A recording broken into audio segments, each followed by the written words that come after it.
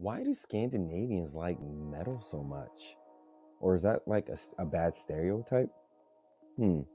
Anyway, hey, Vinya! What's up, everyone? It's your boy, Matt Diazable, coming at you with a new music review. Today, I am checking out the band The Halo Effect with their latest album, March of the Unheard. If you've never heard of The Halo Effect, they are a melodic death metal band based out of Gothenburg, Sweden, and have been a band since about 2017. And I didn't know much about this band until I listened to them, and then I checked out their history.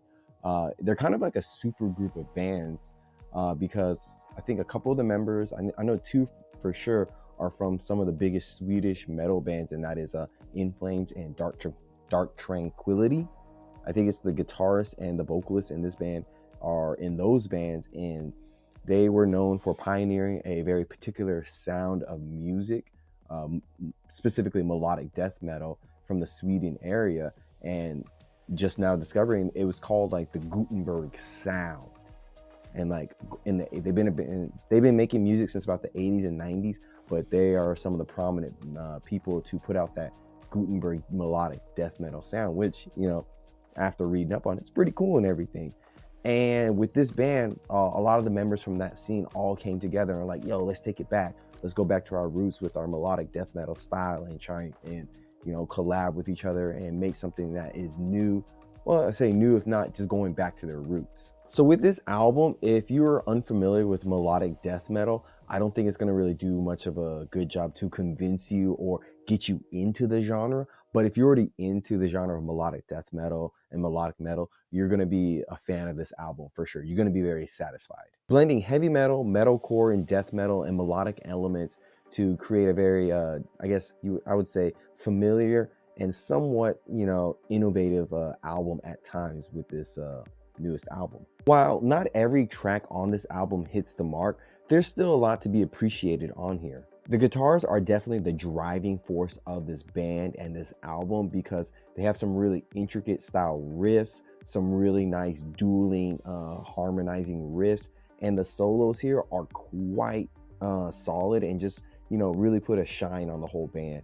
And I think songs like Detonate and What We Become are highlights of those good style riffs. So here's a clip of Detonate.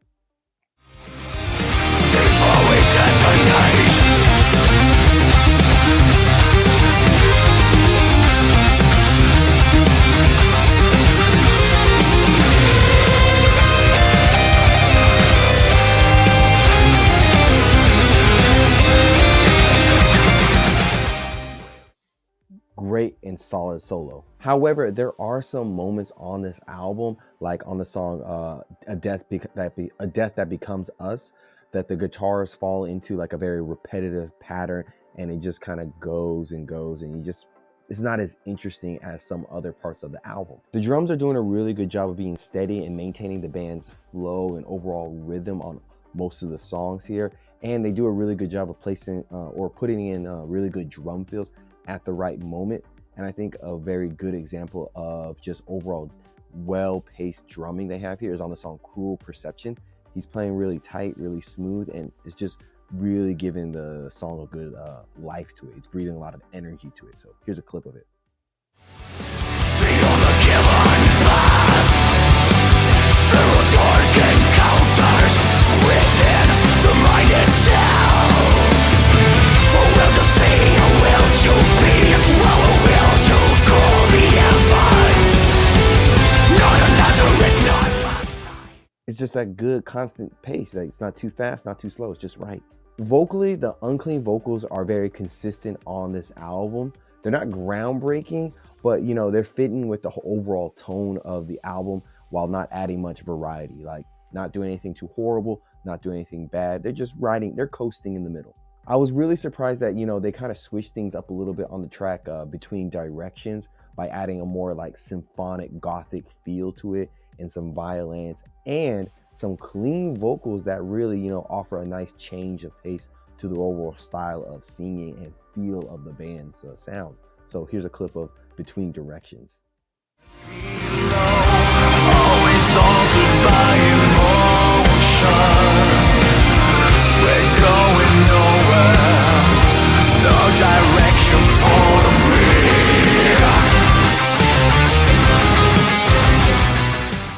clean vocals and those like hard riffs really make the song feel very impactful when they collide.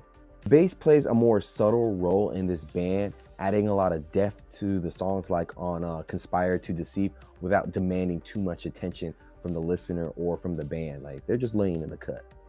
As I was listening to this album, I realized the one thing that is very consistent and probably the band's biggest strength is the overall pacing and flow of the album, because it's got some really good cinematic flourish to it with marching drums, haunting choirs, and the string instruments to give like it a very epic and like battle hardened feel. Like, it's a good journey to listen to. It's an enjoyable listening experience. Like the instrumental song, The Curse of Silence, it really helps enhances the overall atmosphere of the album. While the last song on this album, Coda, you know, it's an acoustic driven song that, you know, it sounds really great. It fits, I think, the mood of the album, but it being the finale of the album feels a little bit anticlimactic. Explosive riffs on Detonate, the gothic tones of Between Directions, and the battle-inspired intensity of the song, The March of the Unheard, are some of the standout and most engaging moments on this album. Then you have some songs that have a bit more of a subdued energy,